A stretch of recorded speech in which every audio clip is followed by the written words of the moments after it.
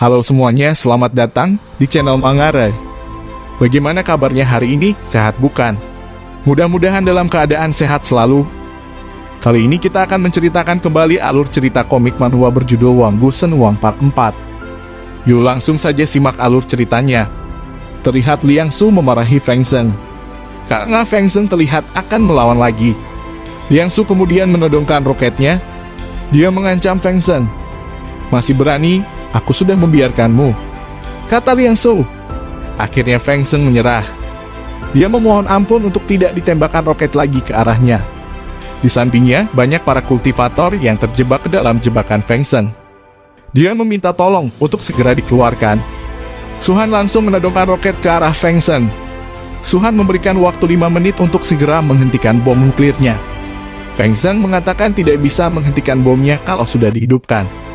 Tapi Suhan menendang kepalanya ke tanah dan tidak mempercayainya. Akhirnya dengan memberikan tekanan ke Feng Zheng, dia mau melepaskan kubah pertahanannya.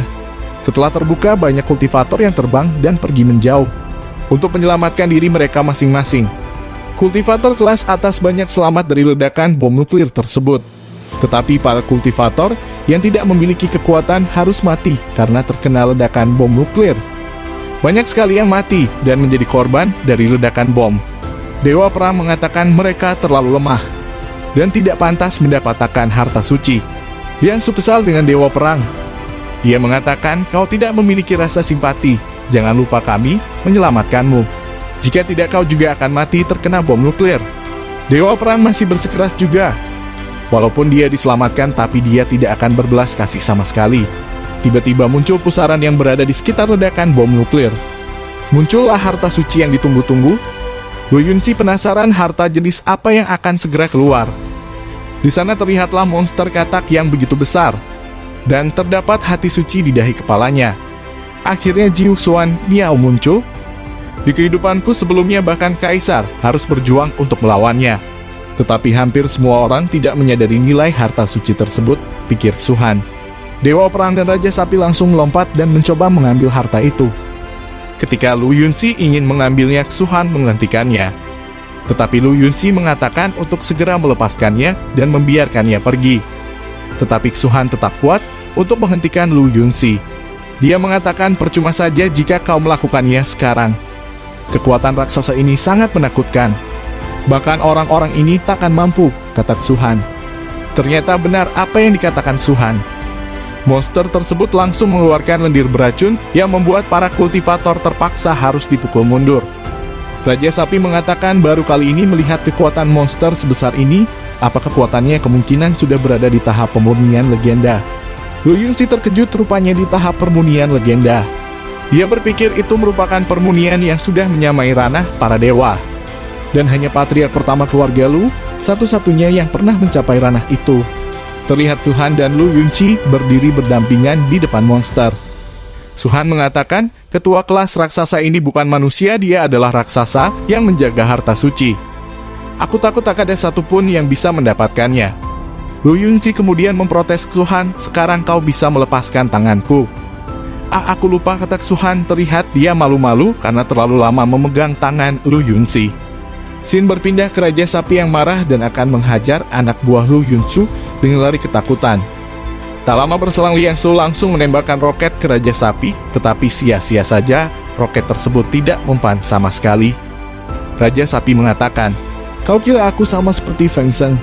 Sepertinya kau tak tahu bahwa aku memiliki pertahanan yang kuat. Roket itu tak akan bisa melukaiku, kata Raja Sapi. Liang Su mengadu ke Suhan bahwa Raja Sapi sangatlah kuat dan tidak mampu dikalahkan dengan tembakannya roket. Kemudian Suhan menyuruh Liang Su untuk lari. Jika kau tak bisa melawannya, maka larilah, kata Suhan. Akhirnya Liang Su pun lari. Raja Sapi langsung berhadapan dengan Suhan. Dia berkata, sepertinya kau beruntung bisa mati oleh tinju raja milikku. Karena ini tak akan terasa sakit sama sekali, kata Raja Sapi. Suhan membalas perkataan Raja Sapi, justru sebaliknya, kata Suhan. Terlihat keduanya langsung mengeluarkan serangan terkuat dari kedua belah pihak.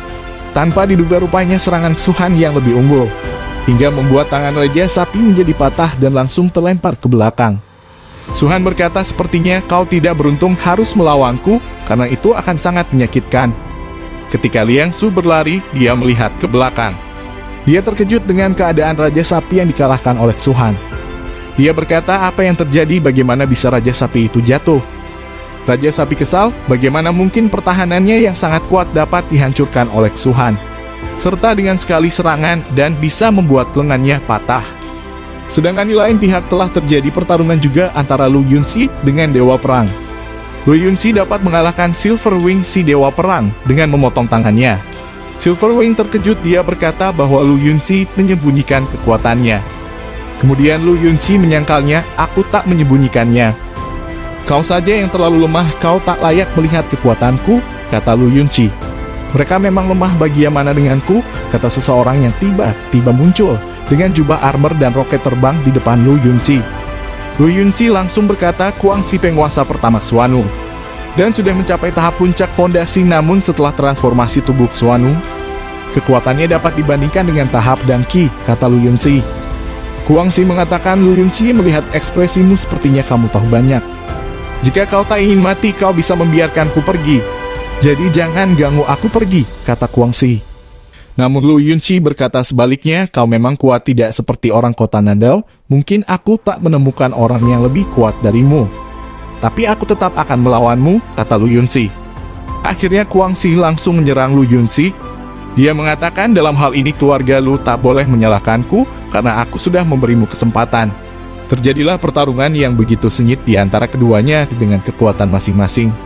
Dengan teknologi canggihnya, Kuangxi bertarung dengan Lu Yunxi dan sekaligus menyerang monster katak. Suhan yang berada di sekitar pertarungan mengkhawatirkan situasi yang terjadi. Gawat, dia akan membuat monster itu marah. Hingga monster itu pun memadatkan energi untuk menyerang balik orang-orang ini. Benar-benar bodoh, pikir Suhan. Kuangxi begitu kesal, 5 helikopternya dihancurkan semua. Bagaimana caranya mengalahkan monster raksasa ini, pikir Suhan. Sebaiknya aku mengurus Lu Yunxi terlebih dahulu, lalu mengambil harta suci dari raksasa itu, kata Kuangxi. Kemudian dia melanjutkan pertarungan dengan Lu Yunxi. Dengan serangan masing-masing, Lu Yunxi menggunakan pedang dan Kuangxi dengan perlindungan armor tubuhnya. Kemudian Kuangxi mengeluarkan transformasi tubuhnya untuk mengalahkan Lu Yunxi. Kultivasi Kuangxi benar-benar kuat, aku takut setelah transformasi, ia akan menyamai tahap akhir foundation, pikir Lu Yunxi. Lu Yunxi semakin terpojok, jika bukan karena tingkat kultivasinya yang lebih tinggi, aku tak akan seperti ini. Kuangxi kemudian langsung akan meninju Lu Yunxi. Tiba-tiba monster kata akan menyerang secara langsung. Suhan yang berada di sekitar pertarungan Lu Yunxi sangat khawatir. Kali ini monster akan menyerang secara langsung, ini adalah kesempatan mendapatkan harta suci itu. Tapi bagaimana dengan Lu Yunxi, pikir Suhan. Tanpa basa-basi lagi, Suhan melompat dan menghadang tinju Kuangxi. Kuangxi kesal, apa bocah ini gila? Aku menggunakan kekuatan penuhku untuk memukul Lu Yunxi, kata Kuangxi. Kemudian monster tersebut menyerang dan mengambil Suhan hingga ditelan ke dalam perut monster katak. Liang Su yang masih berada di tempat kejadian terkejut melihat Suhan ditelan monster katak. Lu Yunxi kebingungan, Suhan menyelamatkan aku. Jika bukan karena dia, aku yang akan ditelan monster itu. Tetapi kenapa Suhan melakukan ini semua, kata Lu Yunxi penuh kebimbangan. Scene berpindah di kediaman keluarga Feng, terlihat ayah Feng Shen lagi berbahagia. Dia berkata, keluarga Feng akan berkuasa. Aku tak akan ragu jika keluarga Feng menjadi musuh bersama. Itu bukan sesuatu yang begitu mengejutkan, kata Feng Shengwo. Tiba-tiba kemudian anak buahnya berteriak, Tuan gawat. Tuan muda diserang oleh seseorang dan gagal melakukan rencananya, kata anak buahnya. Ayah Feng Shen terkejut, bagaimana mungkin, bukankah dia bersamanya? Dia sangatlah kuat, siapa yang bisa melawannya? Apa ada orang yang lebih kuat yang melawannya, kata ayah. Tuan muda diserang menggunakan roket dan yang menyerangnya adalah 2 orang bocah. Jadi mereka menggunakan roket untuk mengalahkan Lao Bonfeng dan Feng Shenyu, kata anak buahnya. Terlihat ayah Feng Shen langsung sakit jantungnya mendengar kejadian itu. Dia kemudian menyuruh anak buahnya untuk segera mendapatkan harta suci dan segera mengurus bocah itu. Ayah Feng Shen terlihat begitu pusing. Apa yang harus aku lakukan jika aku tidak mendapatkan harta itu? Dia akan marah pada keluarga Fengku, pikir ayah Feng Shen. 3 hari kemudian terlihat monster katak yang menelan Suhan sedang berdiam diri di sebuah hutan. Tiba-tiba monster memuntahkan Suhan keluar dari perutnya. aku berhasil keluar, ini sangat menjijikan. Aku sudah berada sangat lama dalam perut raksasa itu, aku hampir saja dicerna, jadi makannya, pikir Suhan. Terlihat monster katak itu akan pergi. Suhan berpikir bahwa raksasa itu tak terkalahkan, mustahil mereka mendapatkan Jiu Xuan Miaosu. Satu-satunya cara yaitu dengan ditelan monster tersebut. Jika aku tidak mengambil kesempatan ini, mungkin harta ini akan menjadi milik Lu Yunxi, kata Suhan. Akhirnya Suhan mendapatkan harta Jiu Xuan Miaosu. Terlihat Suhan duduk bersila dengan harta suci Jiu Xuan Miaosu yang berada di hadapannya. Dia berkata, aku rasa Lu Yunxi masih menyimpan banyak rahasia mengenai identitasnya. Jika timeline-nya masih sama seperti di masa lalu, aku khawatir itu tidak akan bertahan lama. Lu Yunxi akan menjadi incaran dan dibunuh, pikir Suhan. Suhan mengenang kembali bagaimana harta suci Jiu Xuan Miaosu dulu di kehidupan sebelumnya. Pada akhirnya harta suci Jiu Xuan Miaosu jatuh ke tangan Kaisar Zhong. Jika bukan karena kemampuan Lu Yunxi, Jiu Xuan Miao ini tidak pernah disebutkan namanya di masa lalu.